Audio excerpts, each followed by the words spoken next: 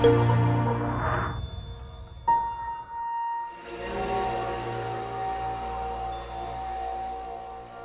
the discussion will be with the panelists, but feel free to chip in, ask questions, and I'll try as much as possible bring you guys on board. Without wasting time, I would like to quickly ask each of these guys to tell us where do they come with M-Pesa and how has it been in it and even outside it. So, or in Sitoyo's case, in Kenya and Tanzania, making those comparisons. I'll start with you, Leslie Ann. Okay. So I started my M-Pesa journey in 2005. I was one of the team who brought the pilot system here. I was part of the software team developing the original code, and my first trip to Kenya was for the M-Pesa pilot launch in October 2005. I brought the pilot code here, and I've seen it grow from 0 to very quickly 2 million customers. Wow, that was quite a journey.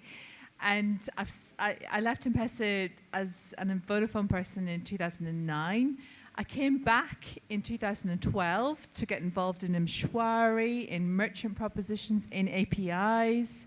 And I was there for 2 more years until 2014, working with Mozambique, Tanzania, and Kenya initiatives. Sitoyo?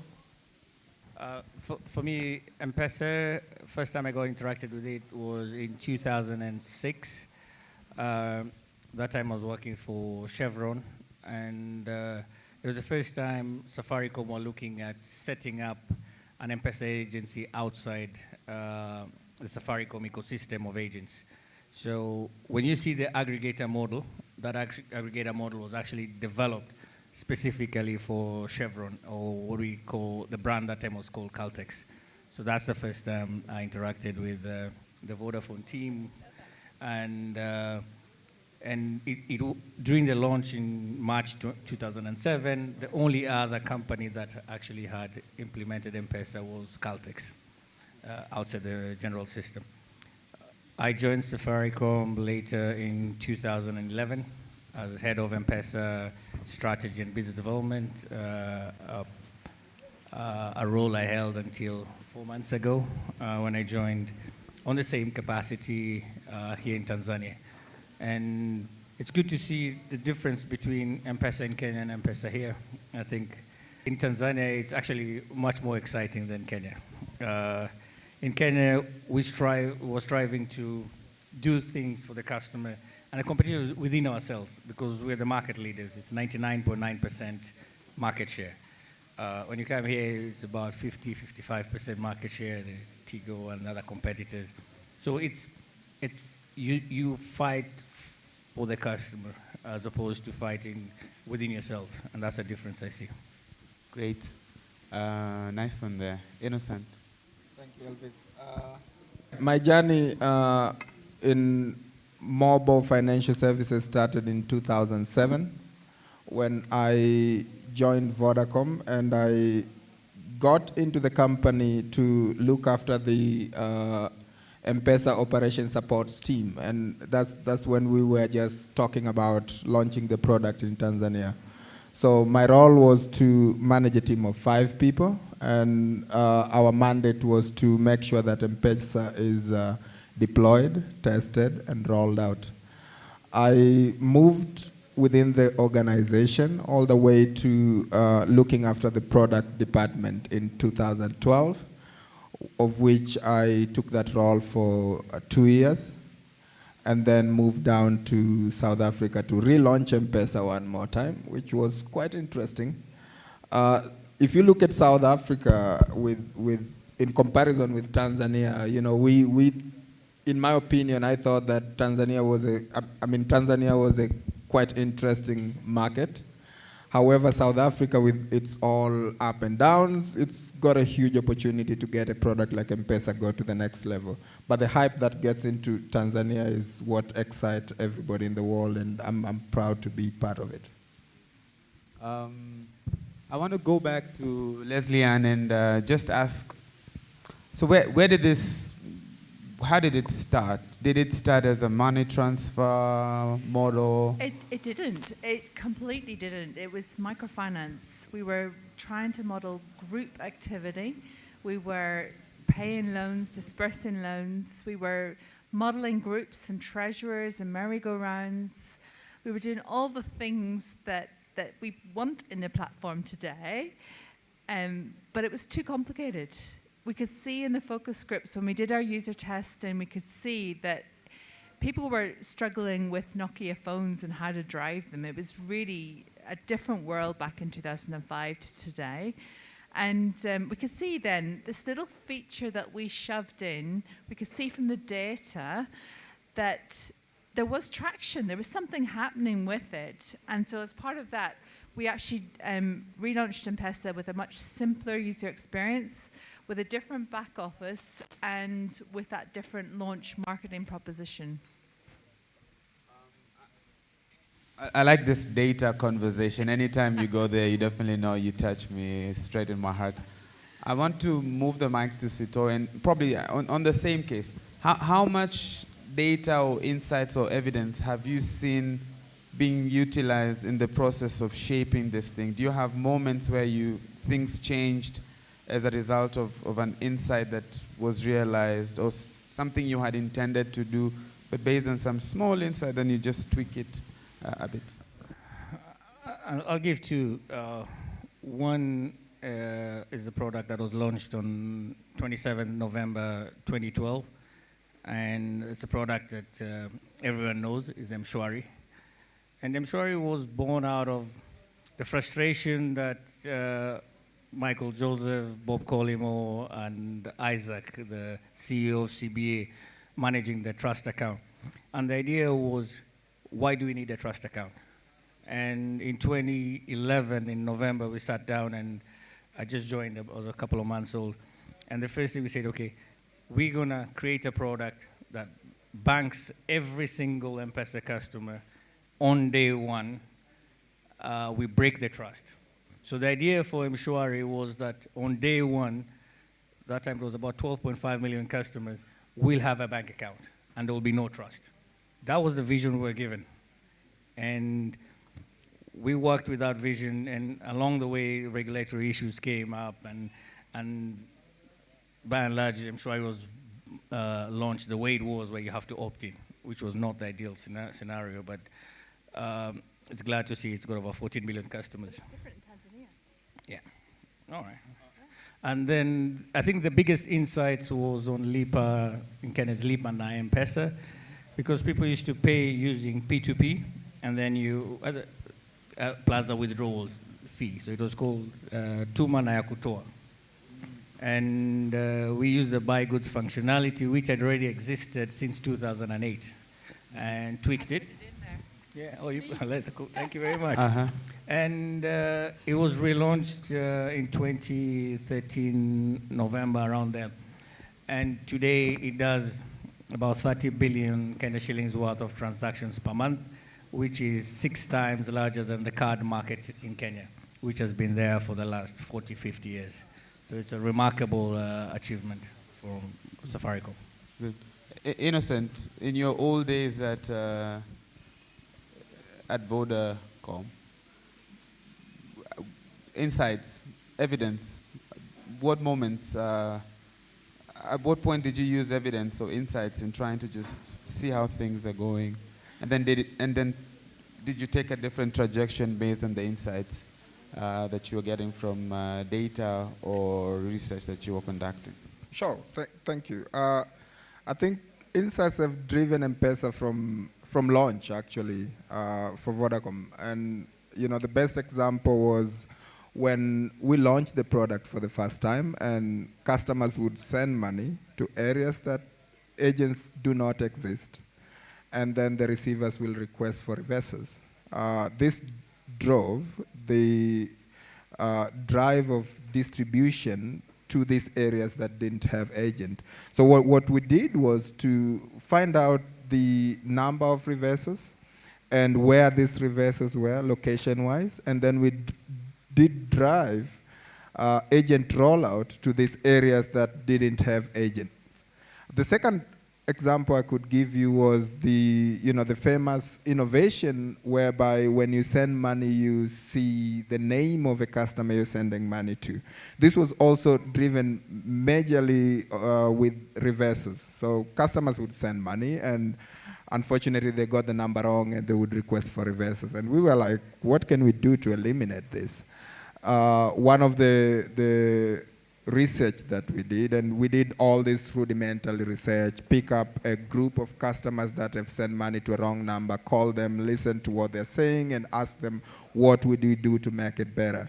And then we ended up to build this name confirmation for customers, whereby customers, before they confirm a transaction, they will see the name of a customer who is going to receive that money.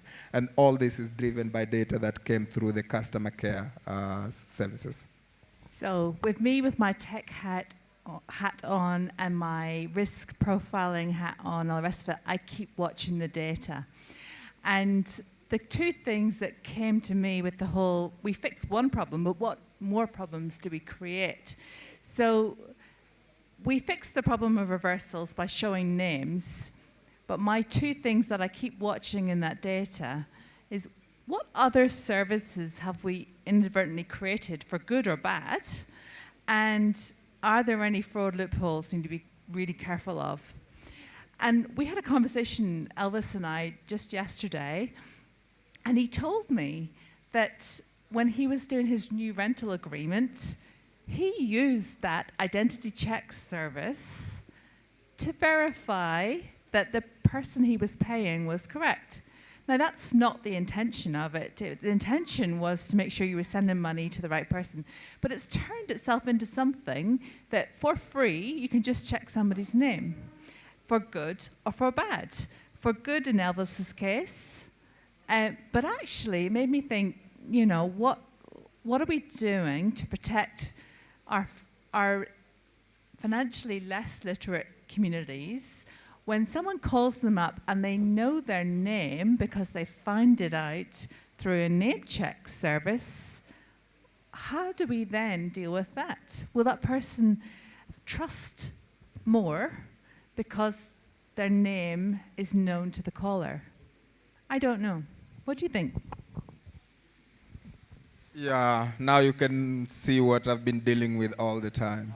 So every time we try to put a product on, we would take it to Vodafone, who would then ask all these questions and give us reasons why it's so risky to put the service on. But the bottom line is Tanzania is a different community. For me, it's watch the data. Yeah, sure. So the thing is, with you gotta get some risk in to increase customer experience, to make it look better.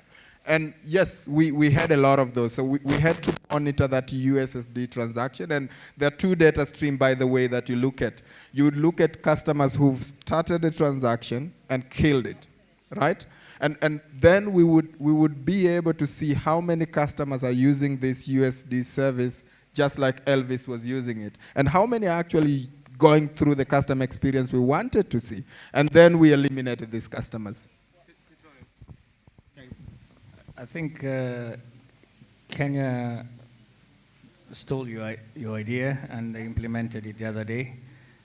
But to deal with what you've asked, if you use the system 5 times and don't perform a transaction, or 5 times in a month or just a period of time, you're blacklisted and you won't use that service again for, I think, 30 days. So if you actually check 5 times in a certain period, you get blacklisted, send you a message, a warning message, and you won't use that service for a period of time. Great. And the best thing about that is that you had an answer to the questions. And the key there for me is that you've found the risk, you've mitigated the risk, you have an answer for it, and you keep on watching the data. That is perfect. That is what your C-level execs want to hear when they come up with these things. This is an interesting conversation. Fixing one problem might be the beginning of another problem, and you have to continuously watch and keep improving. I like what Sitoyo now talks about, how do we go about fixing the guys who are using it for the wrong reasons? And that's what they've done in Kenya. Without taking so much time, I want to quickly have a conversation with you guys on, we've transferred money, we've done a lot of this stuff. This is where M-Pesa is. Where do you see it in the next 10 years? You can even say 5 to 10 years.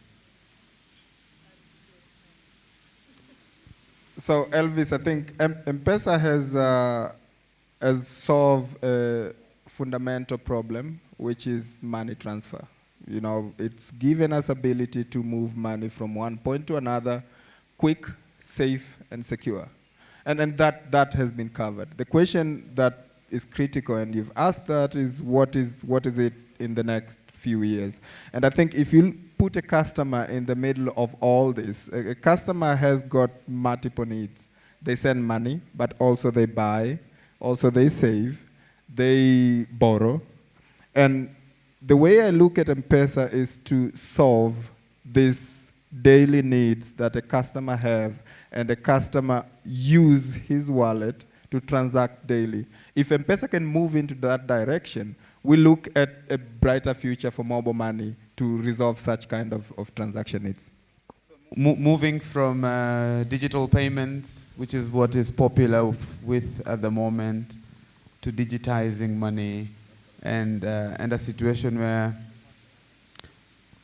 when money gets into the wallet, it lives in the wallet, and everything happens in that wallet, but not necessarily getting into the wallet, and immediately it hits the other side. It's taken out of the wallet. So I think that's exactly what I was going to get to, is that it might be slightly controversial because I'm M-Pesa, obviously, from its roots, but it's more than M-Pesa. It's agent banking, it's mobile banking, it's conversion, it's consolidation of services, it's an integrated experience, it's better user experiences. You can see it happening all over the world, not just in Tanzania and Kenya. It's all about opening APIs and giving customers better experiences and collaboration between different partners. A lot of fintech is happening across the world. Banks are collaborating and working with. It's not so much USSD services and SMS, but it's definitely collaboration between banks and fintech. Do you think banks working closer together might be a threat to the current money transfer business or the mobile financial service side? Competition is good for all of our consumers. You can see it here in Tanzania. It's different to the Kenya situation. Competition's good. So, you know, we'll get better prices, we'll get better products if we're all working towards a better aim of you know, monetizing these services and thinking about what our customer needs. The services that will win are the ones that look to those boards of insights today and change the way that they communicate to customers, change their awareness approaches, and get alongside the customers. And telcos are really good at that, which is why M-Pesa is up front at the moment. Okay. Sitoyo, and I'll also ask a question on the API and how you're also seeing it, and why are you opening it? I think M-Pesa is a platform, and just like any other platform, we don't monopolize the use cases. So I don't see banks as competition. I actually see them as complementing. They're in the role of intermediation. M-Pesa doesn't do intermediation. We are good at pushing money to one place. We can push money to the bank can push money to us. But they do intermediation. We don't. It's a very clear line, and that's why we are governed by the National Payments Act, and they're governed by a different department called Banking Supervision, or the Banking Act. The lines are very clear. I don't see any conflict. I actually see opportunities for partnership. But if you ask me, I think M-Pesa between Kenya and Tanzania is heralded as the new thing. I mean, it's the forefront of mobile banking. Personally, I don't think so. I was in China last month, and WeChat have WePay, or it's called WePay, I think, and there's Alipay. WeChat, the mobile money service, has 300 million customers. That's the whole of Africa using it. So we can boast that we have mobile money and all that. I mean, it's being done elsewhere, and it's being done better. I mean, they're putting the mobile phone and the bank together and actually transacting. So let's not kid ourselves about M-Pesa and mobile money and banks and telcos. We will get disrupted. WhatsApp is a good service. I mean, WhatsApp does not have a BTS station in Africa or anywhere in the world, yet it's now one of the largest mobile companies. It's got the largest messaging service and does not own a license to operate. So we're going to get disrupted if we don't disrupt ourselves. That's what I like about FinDisrupt. If we don't disrupt the industry, if we keep on evolving slowly by slowly, I mean, if WhatsApp put a mobile money system, how many will use it? It's already there. We work, we do our things, all our projects are on WhatsApp. I mean, that's the easiest way to transact. So let's not kid ourselves that we are the epitome of this. We really need to disrupt ourselves. I think you're absolutely right, Satoya. But the key difference is that you've got that agent distribution network, and the cash in, cash out is still really important to Tanzania and Kenya, but not in China. They've got the card system and the bank system sorted out. So maybe in the future, less of a problem here. But we solved the problem here with a lack of infrastructure. So tell us, just 1 minute. Feel free. What would your closing line be? You know, and what would you want these guys to take out from this session? What's your takeout? So I think mobile money isn't the be-all and end-all at all. I went into Nigeria and I saw a mobile money system trying to do something that was shoehorned into that was inappropriate.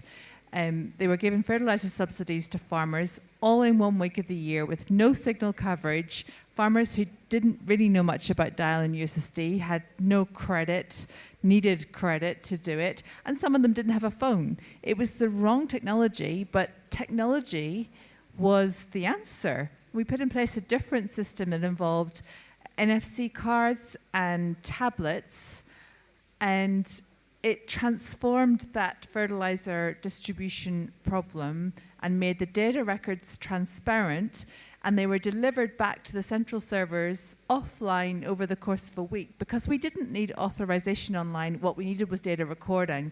And I think it's really understanding your problems and designing solutions based on those needs, not assuming something you've already seen is something that can be shoehorned in. Mobile money is not always the answer at all. Collaboration, I think what we've done today in terms of the 4 C's and things like that is the start. We need to be more open, we need to collaborate, we need to stop working in silos as an industry. And I think focusing on what the customer needs are is the way to go. Cool. Innocent. Thank you. I think as for me, I look at mobile money as the rails, and we've done great to put those rails together. And now we need to open it up for companies that provide services to use it. So in my opinion, M-Pesa, Tigo Pesa, mobile money is a wallet. It's the same, just the same like your bank account. If we can allow people to use that wallet to provide products and services, we will see this innovation taking us to the next level. I'd like to thank you all for this discussion. I hope the FinDisruptors have also picked a few points, and asante sana.